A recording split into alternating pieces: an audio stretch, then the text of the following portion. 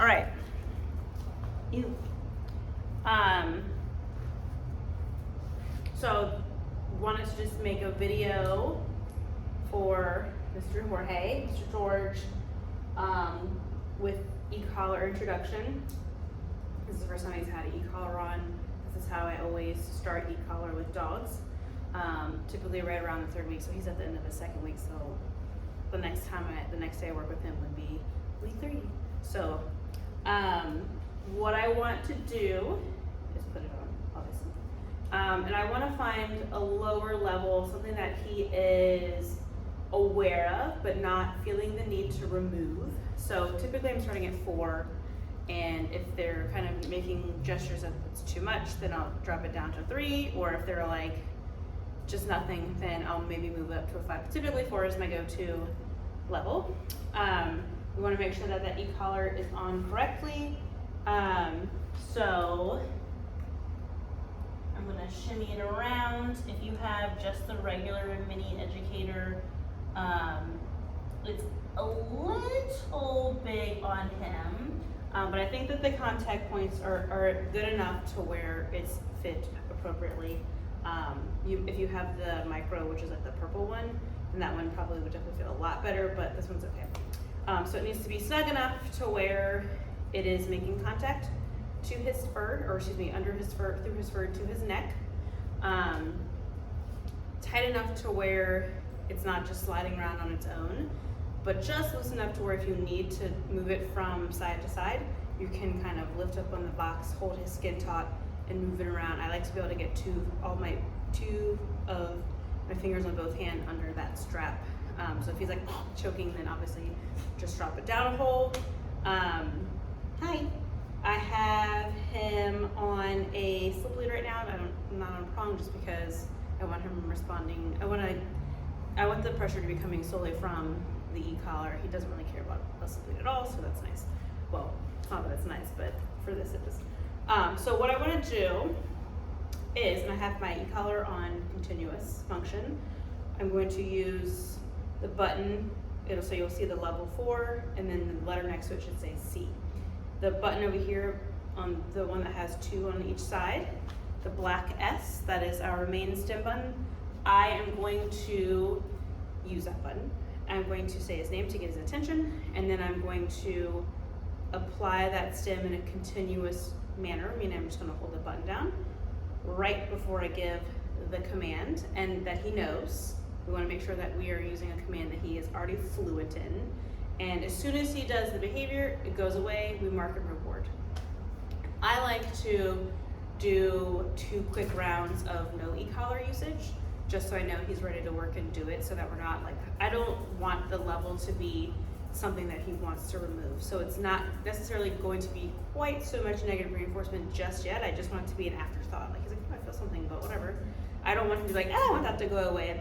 The idea right now is that we are parrying an association, that you feel something when the behavior is asked, and as soon as that behavior is completed, that goes away and you get a reward. I want to empower him with the knowledge of how to remove that pressure. He's been really good at listening. So at the beginning of training, he would yell at me if I didn't give him enough attention. So, okay. So again, I'm gonna say his name, George, place. I know it's the big one. Leash pressure. Good. So that's big. That's exactly why I wanted to do a couple of reps first without e-collar stem to make sure that he's ready to do stuff. Okay. I'm feeling spicy today, so I'll do one more. George, place. Yes. There we go. I know that he can do this purple one because I've done it before, but also when I was out working with another dog in his yard yesterday, he kept getting up on here like, I need treats. All right, so now I'm going to say his name, apply stem, and then right like 0.5 seconds later, I'm going to start the stem. George, place. Yes. So as soon as he did the behavior, stem went away right before I say YES. Okay, come on. George, place. Good. And now I'm gonna switch up, good. Sometimes I'll do just a quick YES, just let them take a treat. Sometimes I'll do a little bit of duration, good. Get it. So same thing, say his name after he finishes chewing. George, place.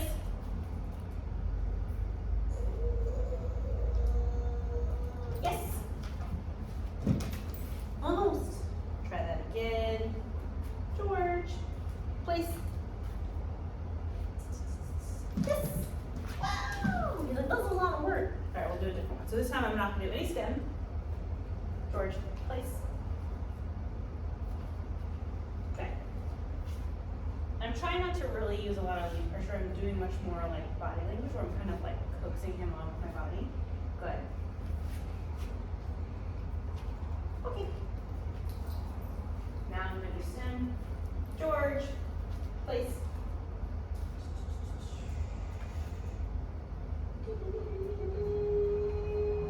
Place. Oh no. Place. Good. Okay. I'm not gonna pay him for that just because that was a lot. So I'm gonna withhold reinforcement, which I don't want to do too much of if I'm using ecollar pressure because I want it to be a good thing. But he's being particularly stubborn today about his place, and I know that he's very fluid with that. So, George, place. Good. Okay. Try again. Place. Why are you doing that? Come on. Place. Good boy. Good.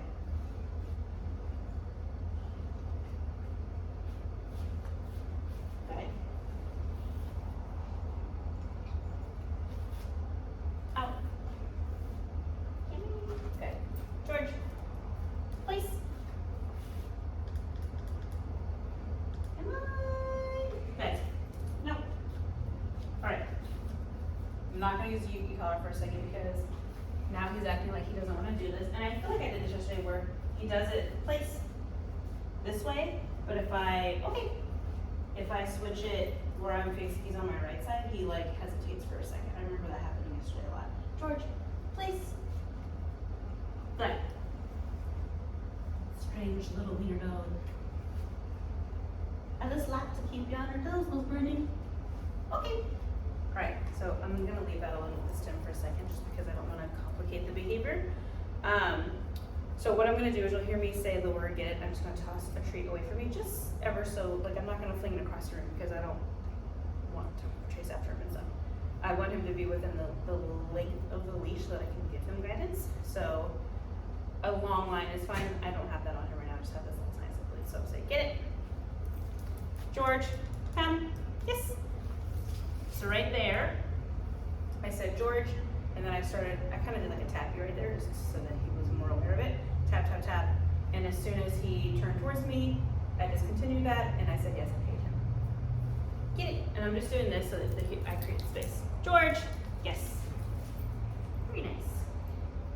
This one I think is probably the main reason that you want it, to call him away from the fence line. So right now, I'm just saying his name all happy. And once he's consistently doing these things, then I'll say come as I apply the stem. Get it.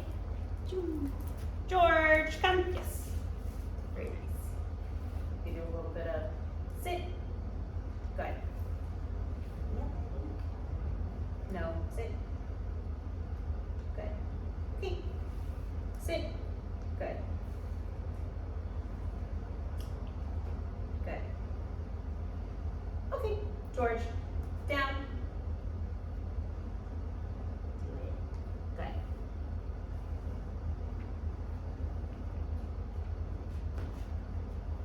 Good.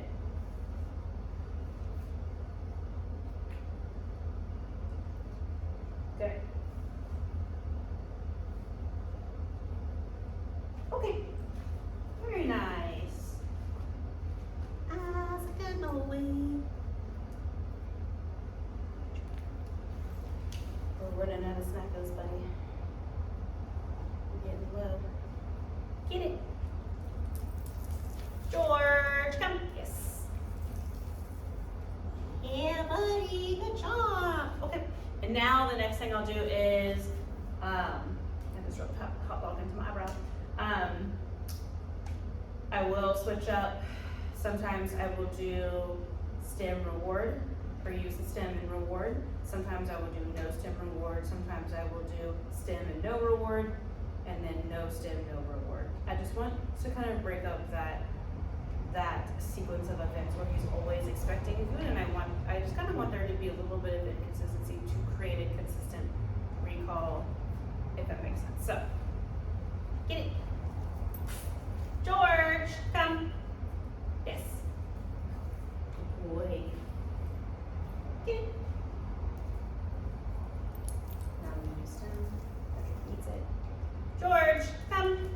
Good boy. Come. Yes. Very good.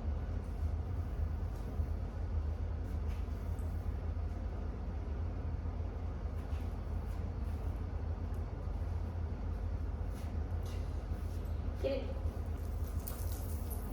George. Yes. Very good. Alright, so we didn't do any stem that time. Get it. Yes, stem this time. Yeah. Well, okay, never mind. Bad words. Good job. Get it. So I'm gonna do stem. George, come. Good boy. Okay. Get it. I'm gonna do stem. George. Yes. And now I'm going to change some behaviors. So I'm going to ask for a couple different things. George, come. Good boy. Sit. Good. Down. Good. Yes. Wow, super. So that's kind of where I start with, other than withholding food. Like if he doesn't do the behavior exactly the way I'm looking, or maybe I have to ask him a couple times or he breaks behavior, I'm just not gonna pay him, and I'll release him out of behavior and then restart that behavior again to help him be successful. That is a great way to help motivate. If they're used to treat for everything, and then all of a sudden they don't get something, they're, wait a minute, why didn't I get food? The idea is, unless there's like too many competing motivators, the idea is that they will try something different to get back to where they were before with getting food all the time. The other thing is chaining behavior. So I'm gonna ask for a couple of things in a sequence, and then he gets a little bit bigger reward after doing all of those things. It's just, with both of those things we have to be careful with this chaining. We have to make sure that we're not doing too many behaviors where one of them is a little bit like at the end I did the down, and he's kind of not super great with that. So to be careful not to always pick that one to be the last one, because if he refuses, then we kind of run into a situation where I don't really want to pay that. With withholding food, we want to make sure that, same thing, like it's not so complex that he's never successful and he's never getting food. Eventually he's gonna be like, I don't want to do this with you anymore, I'm just gonna walk off. So make sure we're not making things too hard for him so that he can find his advantage. I'm gonna end the session just because we've been working for 13 minutes, which is a lot longer, or a little bit longer than I typically like to introduce new things. I want it to be like 5, maybe 10 minutes long, to keep it fun and exciting, but obviously it's making a video. Sorry. Just to have this to look back at something, since I know you want to do e-collar with him. We'll go over all of this obviously in person, but I figured this would be good for you to look over beforehand, and that way you can ask me questions about it in our actual lesson together. You got hairs all over you. Oh my goodness. All right.